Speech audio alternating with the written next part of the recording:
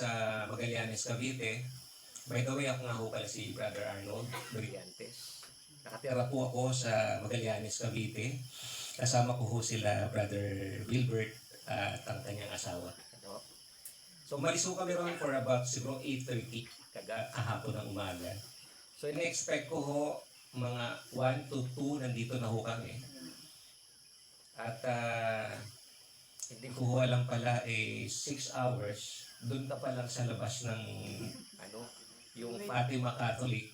At yung pagpasok ko rito siguro nag-travel ho kami ng 2 hours mahigit.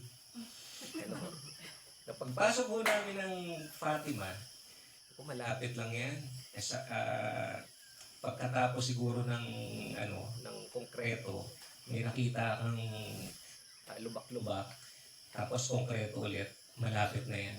Kasi yun ang pinakita ni Brother Joseph na picture sa Messenger. Ngayon, habang kami po ay naglalakbay, mamaya-maya 1 oras na po, hindi pa rin po kami nakakarating dito. Yung sasakyan ho namin, meron malaking monitor ho ron, naka-waste po kami. Ngayon, nakikita pa namin yung daan.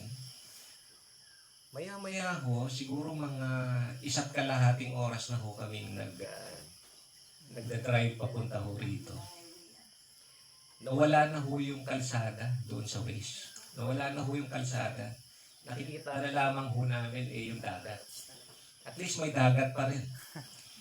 Diretso pa rin ho kami. Siguro mga ilang minuto pa ho, pati yung dagat nawala na. Salamat ho dahil yung daanan, yung kalsada, hindi ho nawawala. Ayan, mahirap yung di ba yung mawala yung waste, huwag lang yung kalsada ng dinadaanan. Kaya pagpunta ho namin dito kahapon, ang sabi ko sa aking sarili, we drive by faith. Kaya po tayo nagkasama-sama po ngayon.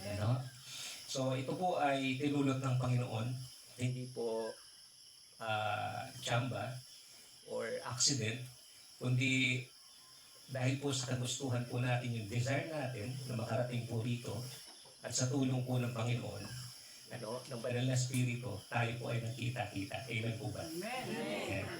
So, sa pagpunta ko rito, sabi ko, ayaw ko actually magsalita.